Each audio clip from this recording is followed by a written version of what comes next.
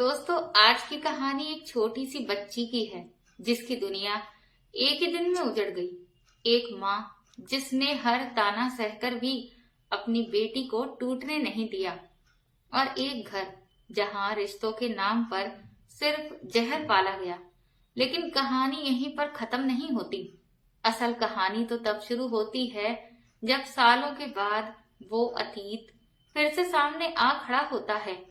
एक ऐसी रात जहां जश्न भी होगा और चीखें भी। एक ऐसा सच जो किसी की इज्जत बना सकता है और किसी का सब कुछ छीन सकता है। और उस रात एक शख्स आएगा जिसे देखकर सबके चेहरे का रंग उड़ जाएगा। कौन है वो? क्यों लौट रहा है अतीत? और क्या होने वाला है उस घर में? जानने के लिए कहानी अंत तक जरूर देखना, क्योंकि सच उतना आसान नहीं है जितना कि दिखता है। मेरा नाम अहाना है और मैं अपनी माँ बाप की इकलौती औलाद थी। मेरे पापा और मेरे ताऊ जी दो भाई थे। पापा छोटे होने की वजह से ताऊ जी की बहुत इज्जत करते थे। ताऊ जी ने पूरी जिंदगी ऐश के साथ गुजारी, जबकि मेरे पापा बाबा के खत्म होने के बाद तुरंत ही कमाना शुरू कर चुके थे। बाबा की वो दुकान जो उन्होंने बहुत मेहनत से बनाई थी, उसमें मेरे पापा का खून पसीना और मेहनत भी शामिल थी। इसी दुकान से हमारा और ताऊ जी का घर चल रहा था। हम लोग एक ही घर में रहते थे। ताऊ जी के 3 बच्चे थे, जबकि मैं अपने माँ बाप की इकलौती औलाद थी। तुम सारा दिन दुकान पर इतनी मेहनत करते हो और तुम्हारा बड़ा भाई घर पर रहकर ऑर्डर चलाता है। मुझे ये नाइंसाफी बर्दाश्त नहीं है। एक रात माँ ने पापा के थके हुए कंधे दबाते हुए शिकायत की, तुम औरतें तो बस ऐसे ही सोचती हो। बड़ा भाई बाप की जगह पर होता है और ये दुकान भी पिताजी की ही निशानी है। हम सबका इस पर बराबर का अधिकार है। पापा ने अपना पसीना साफ करते हुए बड़े ही साफ तरीके से जवाब दिया। अधिकार तो है, लेकिन भाभी का व्यवहार दिन ब दिन बहुत ही कड़वा होता जा रहा है। वो सारा दिन घर के सारे काम मुझसे ही करवाती हैं और अपने बच्चों को राजकुमारों की तरह रखती हैं। मेरे लिए तो उनके पास सिर्फ ताने हैं। माँ ने उनके कपड़े तय करते हुए बड़े दुख भरे अंदाज में कहा, तुम फिक्र मत करो, भगवान सब ठीक करेगा। बस अहाना को अच्छे से पढ़ाना है और उसे अपने पैरों पर खड़ा करना है, फिर कोई भी हमें गिरी हुई नजरों से नहीं देखेगा। पापा ने मुझे गोद में उठाकर प्यार करते हुए कहा और उनकी आंखों में एक रोशन भविष्य की चमक थी। मैं अभी सिर्फ 5 साल की थी। वो दिन मेरी जिंदगी में मैं कभी नहीं भूल सकती, जब मेरे पापा मुझे हमेशा के लिए अनाथ छोड़कर इस दुनिया से चले गए। पापा की मोटरसाइकिल का एक ट्रक से एक्सीडेंट हो गया था, जहां उन्होंने ऐन मौके पर ही दम तोड़ दिया था। उसी दिन से हमारी जिंदगी के सबसे बुरे दिन शुरू हो गए थे। हाय भगवान, मेरा सुहाग उजड़ गया। मैं तो लुट गई। मेरी बेटी अनाथ हो गई। मेरे पापा की डेड बॉडी के पास मेरी माँ दहाड़े मारकर रो रही थी और उनकी चीख दिल चीर देने वाली थी। बस करो अब, तुम कितना रोओगी? जो भगवान की मर्जी है वही हुआ। अब तुम्हारा रोना उन्हें वापस तो नहीं ले आएगा। ताई जी ने बड़े ही ठंडे अंदाज में माँ को तसल्ली दी, जिसमें हमदर्दी की कोई भी झलक नहीं थी। भाभी, मेरे तो सर की छत ही छिन गई।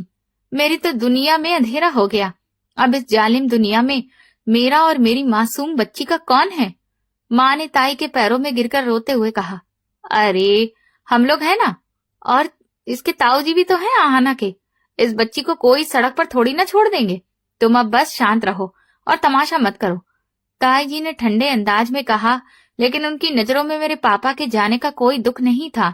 उनके शब्दों में जो हमदर्दी थी वो पापा के साथ ही चली गई थी।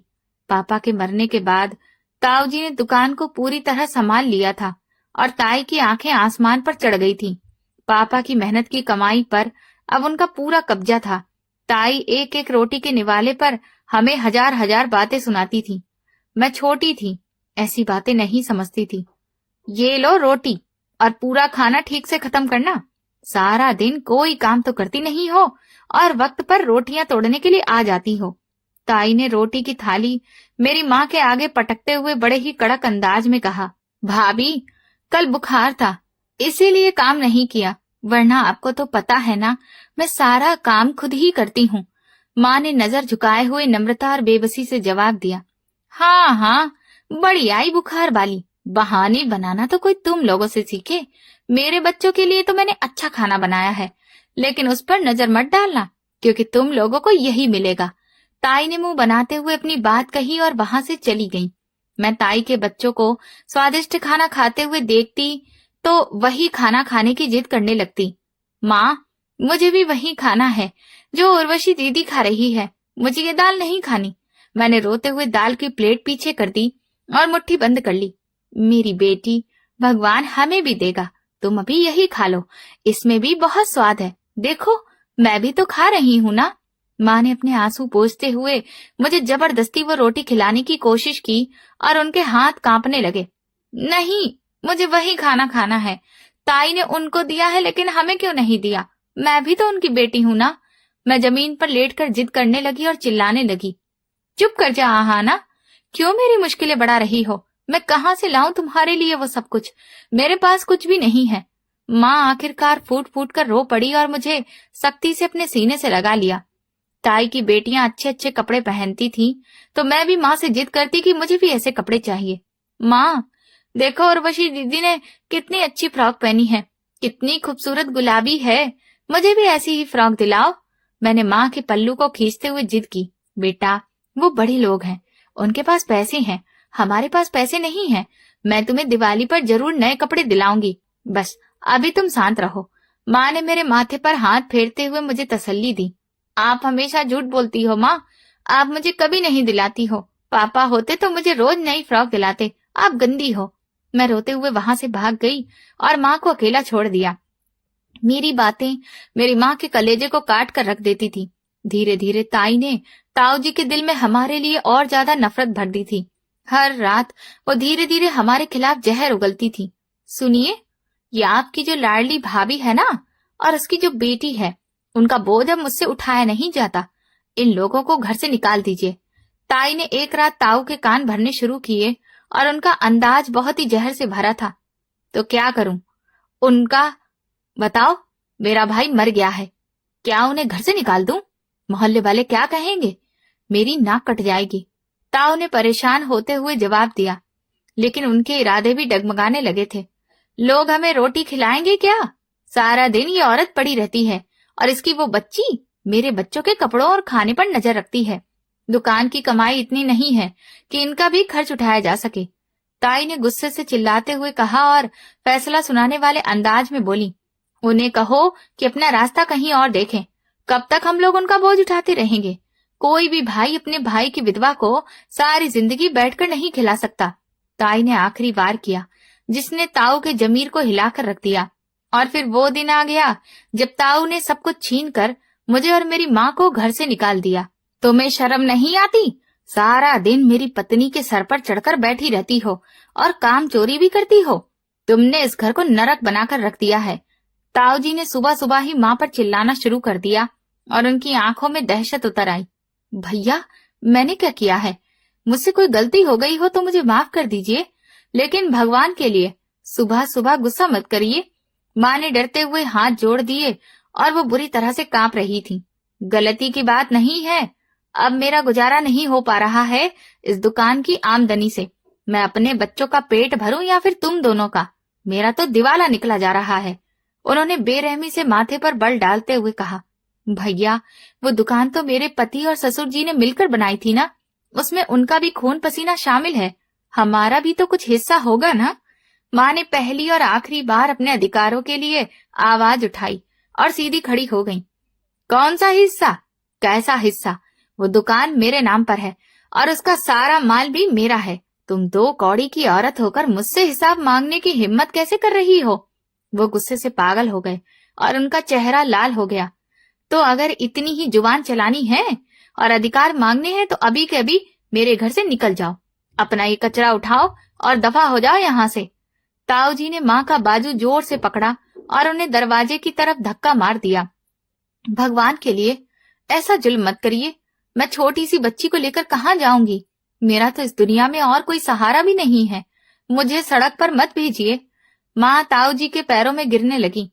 ये मेरी प्रॉब्लम नहीं है, जा कहीं भी जाकर भीख मांगो और जो मर्जी हो वो करो, लेकिन बस मेरे घर से निकल जाओ, मुझे तुम्हारी ये मनहूस शक्ल नहीं देखनी है।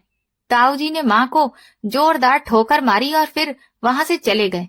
ताई जी दरवाजे पर खड़ी तंज भरी मुस्कान के साथ मुस्कुरा रही थीं और उनके चेहरे पर जीत की चमक थी।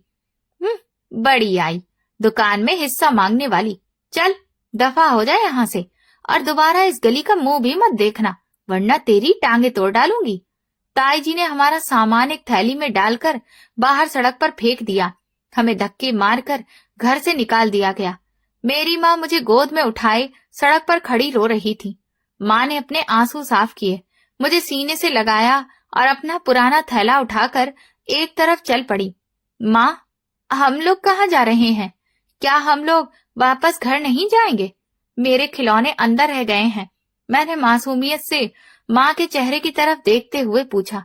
नहीं बेटा, अब हमारा घर नहीं रहा, अब हम अपने नए घर जाएंगे जहाँ हमें कोई नहीं डांटेगा। माँ ने गहरी सांस लेते हुए कहा। मेरी माँ मुझे लेकर ननिहाल चली गई। ननिहाल में एक मामा थे जो मेहनत मजदूरी करते थे। देखो बहन, मैं एक गरीब इंसान हूँ, दिहाड़ी मजदूर हूँ, आज मिलता है तो कल नहीं मिलता। अपने बच्चों का पेट ही मुश्किल से पाल रहा हूँ, तुम दोनों का बोझ मैं कैसे उठाऊंगा? मामा ने माँ को देखते ही अपनी मजबूरी सामने रख दी और उनके अंदाज में रूखापन भी था।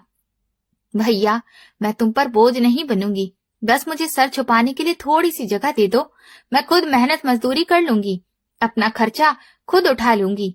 माँ ने प्रार्थना भरी नजरों से मामा की तरफ देखते हुए गिड़गिड़ाकर कहा। हमारे पास कौन सा महल है, एक ही तो कमरा है, उसमें हम रहें या तुम लोगों को रखें?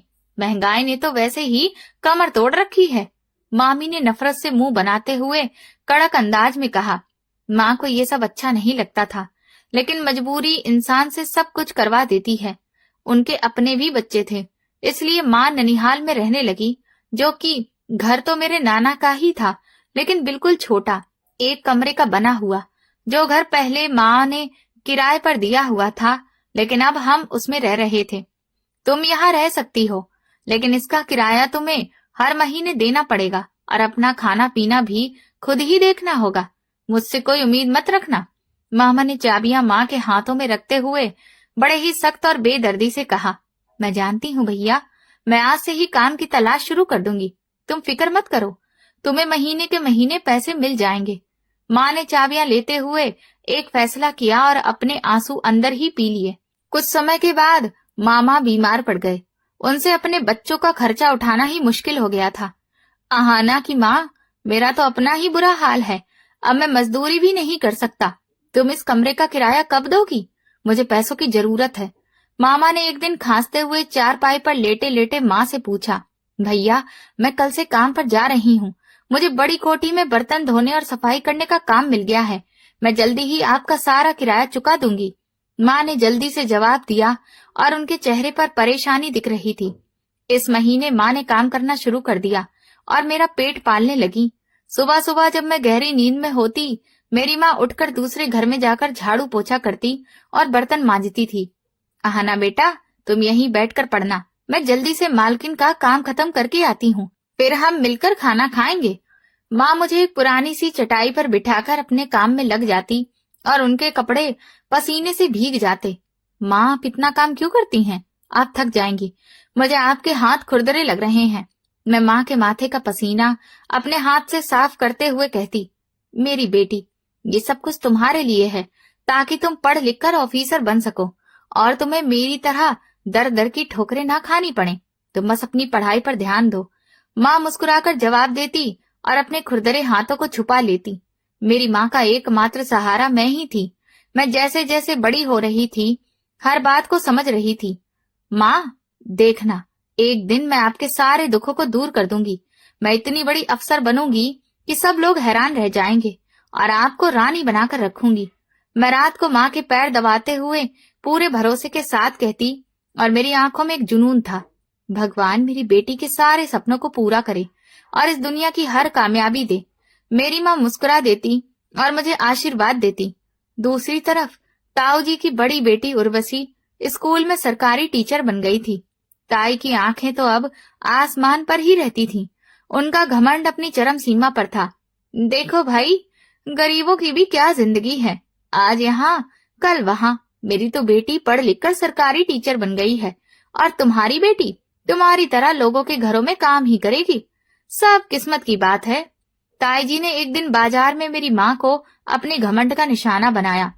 वक्त वक्त की बात है भाई, भगवान जिसे चाहे इज्जत दे और जिसे चाहे बेइज्जती। मेरी बेटी भी मेहनत कर रही है, एक दिन वो भी कामयाब होगी। माँ ने बड़े ही शांत तरीके से जवाब दिया और कोई गुस्सा नहीं किया। हाँ हाँ, देखेंगे तुम्हारी उस भूखी फटी हालत की बेटी की कामयाबी को भी। जाओ, जाकर किसी घर के बर्तन मांजो, यही तुम्हारी औकात है और यही तुम्हारी किस्मत है। ताई ने हंसते हुए घमंड से अपने कदम आगे बढ़ा दिए। मेरी माँ सबर का दामन कभी भी नहीं छोड़ती थी और उनकी हर बात पर मुस्कुरा देती थी। मैं कभी कभी सोचती थी कि न जाने किस मिट्टी की बनी है मेरी माँ। इतनी बातें सुनने के बाद भी वो मुस्कुरा देती थी। मेरी ताई ने मेरी माँ पर जुल्म की इंतहा कर दी थी, लेकिन फिर भी उन्होंने कभी भी उफ नहीं कहा था। माँ, आप जवाब क्यों नहीं देती? आप उनकी बदतमीजी और ताने क्यों झेलती रहती हैं? मेरा खून खौलने लगता है। मैंने गुस्से से कहा, बेटा, जवाब से नहीं अपने कर्मों से दिया जाता है। कुत्तों के भौंकने से हाथी अपना रास्ता नहीं बदलते। तुम बस अपनी पढ़ाई पर ध्यान दो, यही तुम्हारा सबसे बड़ा जवाब होगा। माँ ने मेरे आंसू साफ करते हुए मुझे समझाया और उनकी बातों में एक अजीब सी ताकत थी। मैं एक एक बात पर ध्यान देती थी। मेरी पढ़ाई जारी थी। मेरी माँ की मेहनत मशक्कत जब मैं देखती तो मेरा दिल चाहता कि मैं दिन रात मेहनत करूं और अपनी माँ को वो सब कुछ दूं जिसके लिए मेरी माँ आज तक तरस रही थी। बस यही सोच सोच कर मेरा और ज्यादा मेहनत करने को दिल करता। 12वीं के बाद मैंने कॉलेज में एडमिशन लिया और फिर यूनिवर्सिटी तक का सफर माँ की दिन रात मेहनत से तय हुआ। आहाना, रात के 2 बज रहे हैं, अब सो जाओ, कल सुबह कॉलेज भी तो जाना है। जाग जाग कर तुम अपनी आंखें कमजोर कर लोगी। माँ ने चाय का कप टेबल पर रखते हुए परेशान होकर कहा। बस माँ, थोड़ा और, कल मेरा एक बहुत जरूरी टेस्ट है। मुझे हर हाल में पोजीशन पानी है और स्कॉलरशिप भी लेनी है। मैंने किताब से नजर हटाए बिना जवाब दिया और अपने लक्ष्य पर टिकी रही। उधर ताऊ जी के घर के हालात बाहर से तो बहुत शानदार लग रहे थे, लेकिन अंदर से उर्वशी की नौकरी ने उनके दिमाग को पूरी तरह से खराब कर दिया था। वो बेईमानी से पैसा कमाने और टेबल के नीचे से पैसे लेने में भी बिल्कुल नहीं हिचकती थी। माँ, आज मुझे एक स्टूडेंट के पेरेंट्स ने अपने बच्चे को पास करने के 50,000 रुपए दिए हैं ताकि मैं उनके नालायक बेटे को पास कर दूं, और मैंने कर दिया है। उर्वशी ने एक शाम अपनी माँ को नोटों की गड्डियां दिखाते हुए बड़े ही गर्व और बेशर्मी से कहा। शाबाश मेरी बेटी, यही होती है ताकत और अकल। अब हम इस मोहल्ले के सबसे अमीर इंसान बनेंगे और सब लोग हमसे जलेंगे। ताई ने खुशी से वो पैसे अपनी मुट्ठी में दबा लिए और उनकी आंखों में लालच की चमक आ गई। मेरी माँ अपनी ईमानदारी की कमाई से खुश थी। मैंने कॉम्पिटिटिव एग्जाम देने का फैसला कर लिया था। ये मेरा और मेरी माँ का वो सपना था जिसे पूरा करने के लिए मैंने अपनी नींद खराब कर दी थी। माँ, मैंने पुलिस सर्विस के लिए एग्जाम दिया है। आप प्रार्थना करना कि मेरा एग्जाम निकल जाए और हम इस बेइज्जती की जिंदगी से निकल आएं। मैंने एक दिन माँ को खुशखबरी सुनाई। मेरा आशीर्वाद हमेशा तुम्हारे साथ है हाना, तुम जरूर कामयाब होगी। मुझे तेरी मेहनत पर पूरा भरोसा है। माँ ने मेरे माथे पर हाथ फेरते हुए कहा और उनके चेहरे पर एक सुकून था। और फिर मेरी मेहनत रंग लाई। मैंने एग्जाम काफी अच्छे नंबरों से पास किया और मेरी ट्रेनिंग शुरू हो गई। ये एक कठिन पड़ाव था, लेकिन जब भी मैं ठोकर खाकर गिरती मुझे अपनी माँ के हाथों के छाले याद आ जाते और मैं दोबारा पूरी ताकत से खड़ी हो जाती। मैं अब आहाना से deputy superintendent of police Aahana बन चुकी थी। मेरी वर्दी, मेरे कंधे पर लगे हुए सितारे मेरी और मेरी माँ की बरसों की बेइज्जती और कुर्बानियों का फल था। हे भगवान, तुम्हारा लाख लाख शुक्र है। तुमने मेरी बेटी को इतनी इज्जत दी और मेरी मेहनत का फल दिया। मेरी माँ की आंखों से खुशी के आंसू बह रहे थे। मैंने अपनी वर्दी पहनी और शीशे के सामने खड़ी हो गई और खुद से वादा किया कि अब किसी गरीब पर जुल्म नहीं होने दूंगी और इंसाफ के रास्ते में किसी भी रिश्ते को कभी रुकावट नहीं बनने दूंगी। मैंने अपनी टोपी सर पर रखी और ड्यूटी के लिए निकल पड़ी। मुझे पता नहीं था कि किस्मत ने मेरे लिए कैसा हैरान कर देने वाला प्लान बना रखा है और मेरा पहला ही बड़ा केस मेरे अपने ही अतीत से जुड़ा होगा। कानून की रखवाली और इंसाफ का वक्त करीब आ रहा था। ताऊ जी के घर में उर्वशी की तरक्की की पार्टी मनाई जा रही थी और ताई ने अपनी आदत के मुताबिक मेरी माँ को वहां पर बेइज्जत करने के लिए बुला रखा था। लेकिन वो ये नहीं जानती थी कि अब मैं वो पुरानी आहाना नहीं रही थी। अब मैं इंसाफ की वर्दी पहनकर उनकी चौखट पर दस्तक देने वाली थी। वक्त का पहिया घूम चुका था और अब हिसाब चुकाने का वक्त आ गया था। मैं अपने सामने पड़ी हुई फाइलों को बहुत ध्यान से देख रही थी। मेरी आंखों में एक गहरी चमक थी और चेहरे पर गंभीरता फैली थी। ये करप्शन का केस बहुत ही सीरियस है मैडम, हमें बहुत ही सावधानी से काम लेना होगा, कांस्टेबल ने फाइल आगे बढ़ाते हुए कहा। सावधानी तो मुजरिमों को रखनी चाहिए, कानून को नहीं। मुझे उस स्कूल का सारा रिकॉर्ड आज शाम तक मेरी टेबल पर चाहिए।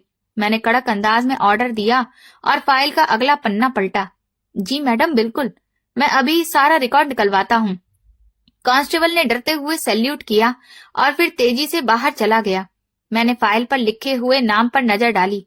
उस पर सरकारी स्कूल का नाम साफ दिख रहा था। ये वही स्कूल था जहां पर मेरी कजिन उर्वशी पढ़ती थी। मेरे चेहरे पर एक गहरी मुस्कान आ गई। प्रकृति अपने फैसले खुद ही करती है और मुजरिम को वहीं पर लाकर खड़ा करती है जहां से उसने जुल्म की शुरुआत की होती है। मुझे अपनी पर्सनल चीजों से ज्यादा इस बात की फिक्र थी कि शिक्षा जैसे पवित्र पेशे में भी दीमक लग चुकी है। दूसरी तरफ ताई जी के घर में खुशियों की बाढ़ आ गई थी। उर्वशी हाथ में एक सरकारी लेटर पकड़कर खुशी से पागल हो रही थी। माँ, देखो, मेरा प्रमोशन हो गया है। मैं सिर्फ टीचर नहीं रही बल्कि हेड मास्टरनी बन गई हूँ। उर्वशी ने वो लेटर अपनी माँ के हाथों में देते हुए बड़े गर्व से कहा। उन्होंने उर्वशी को गले लगाते हुए कहा, मेरी बेटी को किसी की नजर ना लगे। मैं तो शुरू से यही कहती थी कि मेरी बेटी एक दिन हमारा नाम रोशन करेगी। आज तुमने मेरा सीना चौड़ा कर दिया। उन्होंने खुशी से अपनी बेटी का माथा चूम लिया और अब उनकी आंखों में घमंड की एक नई चमक उतर आई थी। अब तो पूरे मोहल्ले में हमारी तारीफ होगी। सब लोग जान जाएंगे कि अब हम लोग कितने बड़े हो चुके हैं। ताऊ जी ने भी सीना तान कर कहा और उनका घमंड भी आसमान छू रहा था। माँ, मैं चाहती हूँ कि हम लोग एक शानदार पार्टी दें, सारे रिश्तेदारों को बुलाएं ताकि सब मेरी कामयाबी को देखें। उर्वशी ने चालाकी से मुस्कुराते हुए ये बात कही। क्यों नहीं, बिल्कुल जरूर बुलाएंगे और सबसे पहले उस भूखी फटेहाल आहाना की माँ को बुलाएंगे ताकि वो देखे कि मेरी बेटी आज कहाँ पहुंच गई है और उसकी बेटी अभी तक लोगों के झूठे बर्तन मांज रही है। ताई ने जहरीले अंदाज में जोर जोर से हंसते हुए कहा। उर्वशी ने तुरंत ही फोन घुमाया ताकि मेरी माँ को जला सके। हेलो चाची, कैसी हैं आप? सुना है बड़ी मुश्किल से गुजारा हो पा रहा है आपका। उर्वशी ने फोन पर बड़े ही घमंड भरे और तीखे अंदाज में बात शुरू की। हाँ बेटा, भगवान का शुक्र है कि हम लोग बहुत खुश हैं। तुम बताओ, सब लोग कैसे हैं? माँ ने अपनी आदत के हिसाब से बहुत ही प्यार से और सब्र के साथ जवाब दिया, लेकिन उनका दिल उस तंज से कटकर रह गया था। हम तो बहुत ही शानदार जिंदगी गुजार रहे हैं चाची। मैं हेड मास्टर बन गई हूँ। कल हमारे घर में एक बहुत बड़ी पार्टी है, आप भी आइएगा। बचा हुआ खाना हम आपको भी दे देंगे। उर्वशी ने जहर उगलते हुए दावत दी और दूसरी तरफ से मेरी ताई के हंसने की आवाजें आ रही थी। भगवान तुम्हें और तरक्की दे बेटा, मैं कोशिश करूंगी आने की। माँ ने अपने आंसुओं को रोकते हुए फोन बंद कर दिया, लेकिन फोन रखते ही वो अपने आंसुओं को रोक नहीं पाई और वो छलक पड़े। मैं शाम को थकी हारी ड्यूटी से वापस आई तो माँ का चेहरा उतरा हुआ था। क्या बात है माँ, आप इतनी परेशान क्यों लग रही हैं? किसी ने कुछ कहा है क्या आपको? मैंने अपनी वर्दी की बेल्ट खोलते हुए माँ के पास बैठते हुए पूछा। नहीं बेटा, कुछ भी नहीं, बस थकान लग रही है। तुम जल्दी से हाथ मुंह धो लो, मैं खाना लगाती हूँ। माँ ने अपने आंसू छुपाने की नाकाम कोशिश की और उठकर जाने लगी। माँ, मुझसे झूठ मत बोलिए, मैं पुलिस ऑफिसर हूँ, चेहरा पढ़ना जानती हूँ। बताइए क्या हुआ है? मैंने माँ का हाथ पकड़कर सख्ती से पूछा। माँ ने रोते हुए उर्वशी के फोन और पार्टी वाली सारी बातें बता दी। उनकी हिम्मत कैसे हुई आपसे इस तरह से बात करने की? आप बिल्कुल भी उस पार्टी में नहीं जाएंगी। मैंने गुस्से से टेबल पर मुक्का मारा और मेरी आंखों में आग भड़कने लगी। बेटा, वो हमारे अपने हैं, हमारे रिश्तेदार हैं। अगर मैं वहां पर नहीं गई तब तो वो और ज्यादा बातें बनाएंगे कि देखो जलन के मारे नहीं आई है। इसीलिए मुझे जाने दो, मैं उनकी बातें सुन लूंगी। माँ ने बेबसी से मेरे आगे लगभग गिड़गिड़ाते हुए कहा, मैंने आपसे कहा ना कि ना तो आप जाएंगी और ना ही मैं जाऊंगी। मेरे पास अपनी नौकरी से जुड़े हुए बहुत सारे काम हैं और मैं उन लोगों के चेहरे तक देखना नहीं चाहती हूँ। मैंने 2 टूक शब्दों में मना कर दिया, क्योंकि मुझे उस स्कूल वाले करप्शन केस की फाइल को पूरा करना था। अगले 2 दिन मैंने दिन रात एक कर दिया।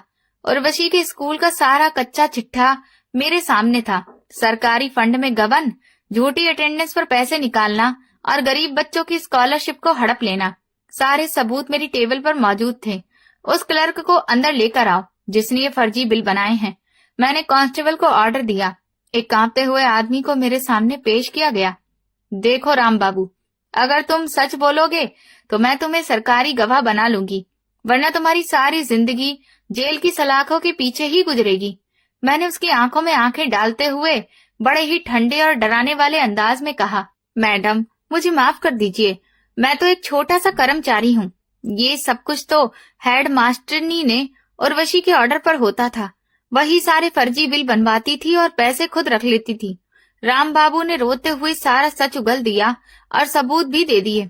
उसका बयान रिकॉर्ड करो और इसे लॉकअप में डाल दो। मुझे कोई भी कमी नहीं चाहिए इस केस में। मैंने फाइल बंद करते हुए कहा और मेरी आंखों में जीत की चमक थी। फाइल के पन्ने चिल्ला चिल्ला कर उर्वशी के काले कारनामों की गवाही दे रहे थे। उसने गरीब स्टूडेंट्स की आने वाली स्कॉलरशिप की रकम जाली बैंक अकाउंट में जमा कर रखी थी।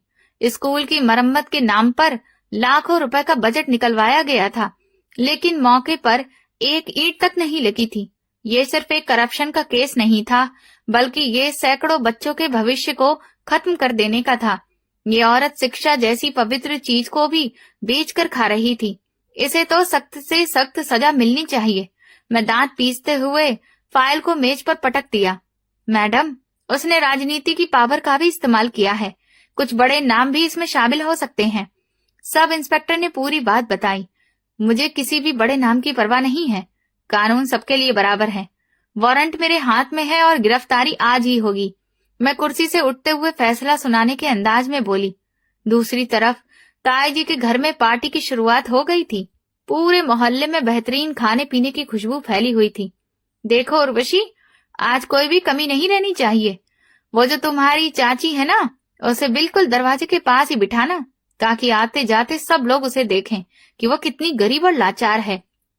ताई जी ने अपनी बेटी को हिदायत देते हुए बड़े ही कमीनेपन से कहा, आप फिक्र मत करो माँ, मैंने सारा इंतजाम कर दिया है।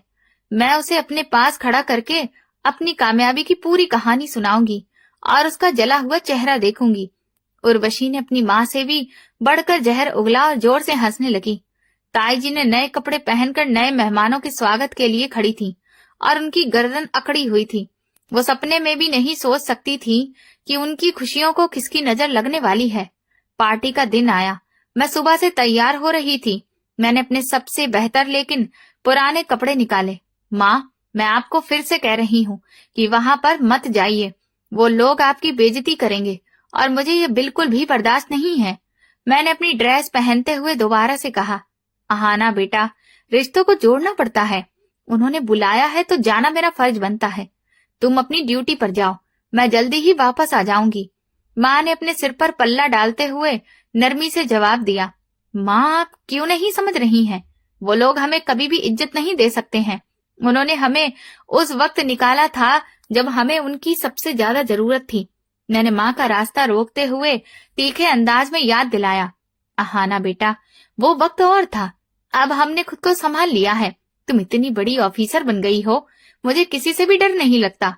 माँ ने मेरी वर्दी के सितारों पर हाथ फेरते हुए गर्व से कहा, डर की बात नहीं है माँ, बात इज्जत की है। मैं नहीं चाहती कि वो गिरे हुए लोग आप पर फिर से तानों के तीर चलाएं। आपका एक एक आंसू मेरे लिए बहुत कीमती है। मैंने माँ के हाथ पकड़ते हुए कहा और मेरा दिल बेचैनी से धड़क रहा था। मैं सिर्फ थोड़ी देर के लिए ही जाऊंगी, बधाई देकर फिर वहां से वापस आ जाऊंगी।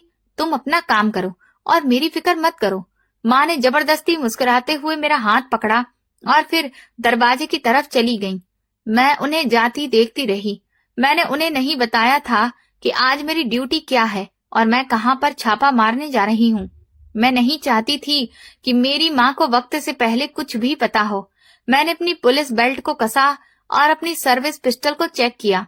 ये वर्दी सिर्फ कपड़ों का टुकड़ा नहीं थी, बल्कि ये सभी गरीबों की आवाज थी जिन्हें इन जालिमों ने चुप करवा दिया था। आज मैं सिर्फ एक पुलिस ऑफिसर नहीं थी, बल्कि मैं वही आहाना थी जिसे उसके ताऊ ने घर से धक्का देकर निकाला था। घर से निकलकर मैं सीधा थाने पहुंची। मेरी टीम पूरी तरह से तैयार थी। आज उर्वशी की गिरफ्तारी थी और मुझे पता था कि वो इस वक्त अपने घर में पार्टी के मजे ले रही होगी। सारी टीम की गाड़ियां तैयार करिए, हम लोग अभी छापा मारने जा रहे हैं। कोई भी मुजरिम बचकर न निकल पाए। मैंने बुलंद और रौबदार आवाज में आदेश दिया और अपनी गाड़ी की तरफ बढ़ गई। मेरी मंजिल भी वही थी जहां पर मेरी माँ जा रही थी, लेकिन मेरे जाने का मकसद बिल्कुल अलग था। कानून हरकत में आ चुका था और अब किसी रिश्तेदारी की कोई भी गुंजाइश बाकी ही नहीं थी। ताऊ के घर में जारी पार्टी की उल्टी गिनती अब शुरू हो चुकी थी। ताई जी के घर के बाहर टेंट लगे हुए थे और रंग बिरंगी रोशनियों से पूरा मोहल्ला जगमगा रहा था। महंगी गाड़ियों की लाइन लगी हुई थी जो उर्वशी की करप्शन की कमाई का जीता जागता सबूत थी। मेरी माँ ने अपनी पुरानी चप्पलों के साथ उस आलीशान पार्टी में कदम रखा तो उन्हें अपनी गरीबी का एक बार फिर से एहसास होने लगा। चारों तरफ अमीरों की भीड़ थी जो महंगे महंगे कपड़े पहने हुए थे और वहां के बेहतरीन खाने का मजा उठा रहे थे। अरे देखो तो, ये कौन आ गया है? गरीबों की भी आज शामत आ गई है, जो इस तरह हमारे जैसे ऊंचे स्टेटस के लोगों के बीच में आना पड़ गया है। ताई जी ने दूर से मेरी माँ को देखते हुए बहुत तेज आवाज में कहा और उनकी आंखों में घमंड साफ दिख रहा था। भाभी, आपने खुद ही तो मुझे बुलाया था। मैं तो सिर्फ यहाँ उर्वशी बेटा को बधाई देने आई हूँ, मेरा और कोई मकसद नहीं है। माँ ने नरमी से जवाब दिया, जबकि उनका दिल ताई जी की इस खुली बेइज्जती पर टूट गया था। बुलाया था तो इसका मतलब ये तो नहीं है कि तुम सीधे यहाँ खास मेहमानों के बीच में आकर खड़ी हो जाओ। तुम्हारे कपड़े तो देखो कैसे पुराने और बदबूदार लग रहे हैं। ताई जी ने